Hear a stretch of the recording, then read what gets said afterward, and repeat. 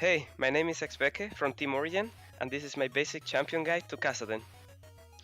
The early laning with Kassadin is one of the weakest there is in the game, because it's really hard for you to take trades. All you can do is wait for your Q cooldown and then trade with the other guy, so every time you had your Q up, you should look into trading with the other guy. And I don't recommend farming with Q ever, because it's really good since you will have more potions than your opponent to always try to harass him with Q. You might lose the trades a bit, but it will come to a point that you will have full HP and a few potions left, and he will be low on mana and with no potions left. And that's the point where you will start winning the lane. When you play Kassadin, expect to get pushed in early. Every champion or most of the champions will end up pushing at your turret for the first 5 levels until you get your 6th. So what you have to do is pretty much try to stay healthy, like don't go for a CS that will cost you half HP. Just farm the ones that are like safe or that you will only lose one auto, and pretty much try to survive that. Like try to harass him, and if at some point you see that he's half HP trying to push your turret, call your jungler and don't hesitate to use flash ignite him slow and do your combo on him and let your jungler finish him on.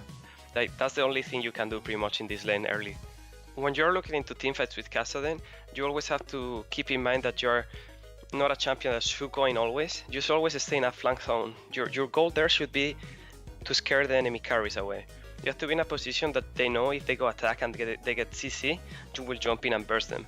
So sometimes it's really good if you just go in, do your combo, put them half HP and burn your flash away.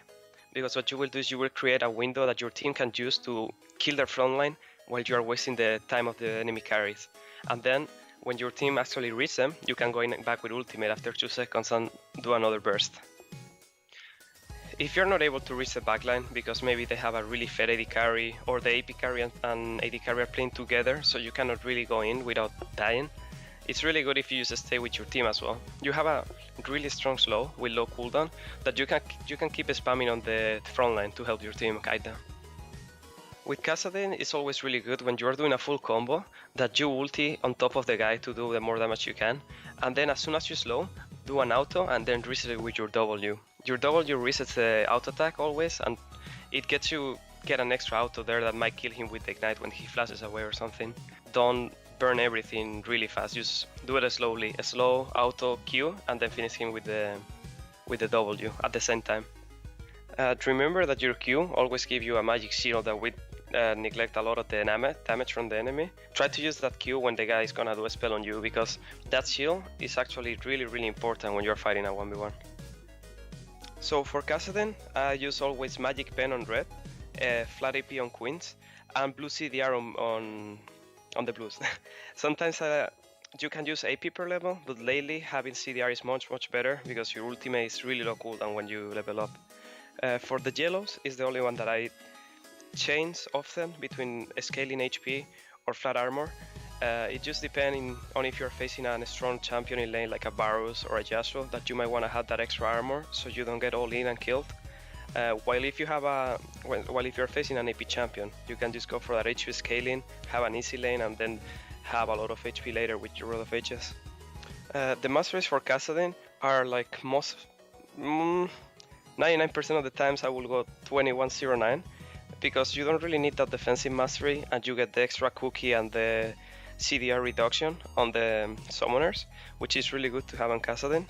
But if you have a really hard lane in which you're gonna be maybe force backed or getting auto attack a lot, it's really good to get that 21-9 just so you survive the early phase and your team doesn't have to put too much help on your lane. I always start Q with Kassadin at level 1. It's the best spell you have to have good trades early to take some damage away with the shield. And level 2 I follow up with W. You don't really make that much use of having the E that early unless you're getting a level 2 gank, which is not really normal. And then level 3 you take E. After that, normally I max E always. There is no point on maxing Q unless you have an opponent that you're gonna be trading a lot with, because most of them will push you, and what you want to have is wave clear and a stronger slow in case you get a gank from your team. On Kassadin, normally you will always start with Flask, 3 health potions and 1 mana potion, because you want to have the ability to not lose any farm, and that way if you get really harassed early in the lane, you can just eat potions and not care too much about it, because what you want to do in this lane is farm until you can get at least your catalyst.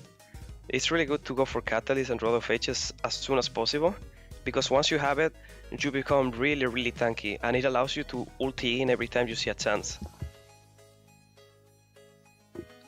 As a second item, after you have your Rod of Ages, you should see what the enemy team comp is running, because sometimes you will need the Thonias, which is really good to have that active that you can just go in and Thonias in the middle of everyone and bait them to go on you.